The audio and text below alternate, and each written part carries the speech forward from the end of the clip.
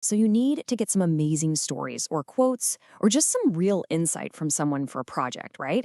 It doesn't matter if you're a writer, a researcher, or just making stuff for the internet. Interviews are your absolute secret weapon. So today, let's break down the playbook for doing interviews that get you the goods every single time. And honestly, this is the whole game right here. You can Google for days, but nothing beats actually talking to a person. It's where you get the real perspectives, the feelings, the little stories you just can't find anywhere else. It's how you find that human spark that makes people actually care about what you're creating. You know, a great interview, it doesn't just happen. It's not magic. It all starts with the prep work you do before you even hit record. And that whole process begins with one really big, fundamental choice. Okay, this is the first decision you've got to make, and it really changes your workflow. Are you going to create a perfect audio recording of the whole thing, or are you just going to rely on your notes? And believe me, they both have some serious pros and cons. So this really boils down to a classic trade-off: time versus perfection. Recording gets you a flawless, word-for-word transcript, which is absolutely crucial if you're talking to, say, a technical expert and you can't risk getting a quote wrong. But, and this is a big but, transcribing audio is a slog. It can take forever. For most things, just taking really good notes will save you hours of pain, especially if the person you're talking to can give the final piece a quick look over. Now, if you do decide to record, you cannot have a tech meltdown. It just kills the vibe and looks super unprofessional. So just run through this little checklist. 1. Always ask for permission. It's just good manners. 2. Make sure your phone or recorder is fully charged. 3. Know how the thing works so you're not fiddling with buttons. And 4, if you're a little paranoid like me, bring a backup. Seriously, a second device has saved me more than once. Okay, so your tech is all sorted. Now for the real homework. First, you've got to research your subject. Know who they are, what they've already said in other places. Next, get super clear on your own goals. Why are you talking to this person? What's the one thing you absolutely need to walk away with? That clarity helps you prep your questions. And no, you don't have to follow them like a script, but having that list means you won't get to the end and realize you forgot the most important question. All right, section 2, asking the right questions.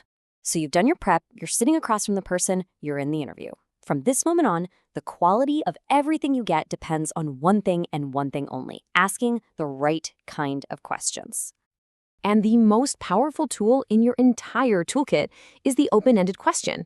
It's pretty simple, really. These are just questions that are physically impossible to answer with a simple yes or no. They literally force the other person to tell you a story, to explain themselves, to give you all the juicy details you're actually there for. So how do you actually do it? Well, it's surprisingly easy. You just start your questions with one of these magic words: who, what, when, where, why, or how. Think of them like little keys that unlock the door to a detailed answer, instead of a door that just slams shut with a yes or no. Let me show you a quick example of what not to do. If you ask this, what are you going to get back? Yes. And that's it. Dead end. You've learned nothing interesting, and you've kind of killed the momentum of the conversation. But now, check out the difference here. Just by switching it up to start with what, you're not asking for a yes or no anymore. You're asking for a story. You're inviting them to tell you about the team, the struggles, the breakthroughs. This is how you get the good stuff. Okay, but let's be real. Even if you have the best questions in the world, interviews can still go off the rails, right?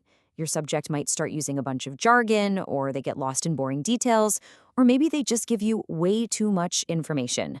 Knowing how to gently pull the conversation back on track is a super important skill. Oh man, have you ever heard somebody talk like this?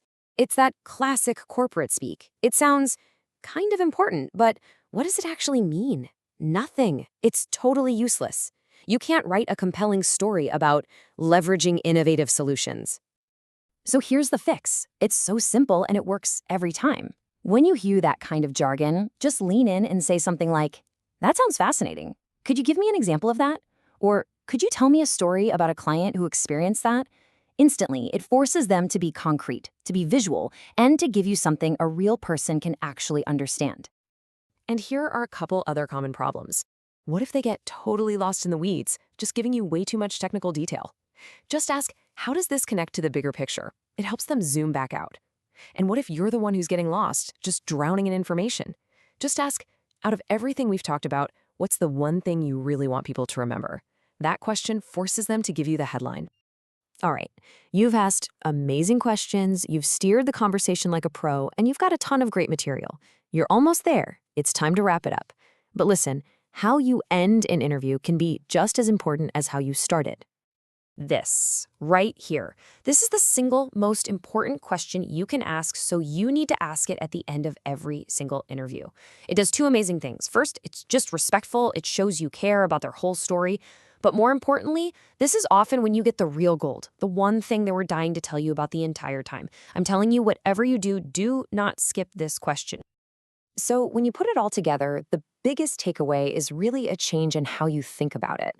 You're not there to interrogate somebody. You're not just reading a list of questions. Your job is to be a guide.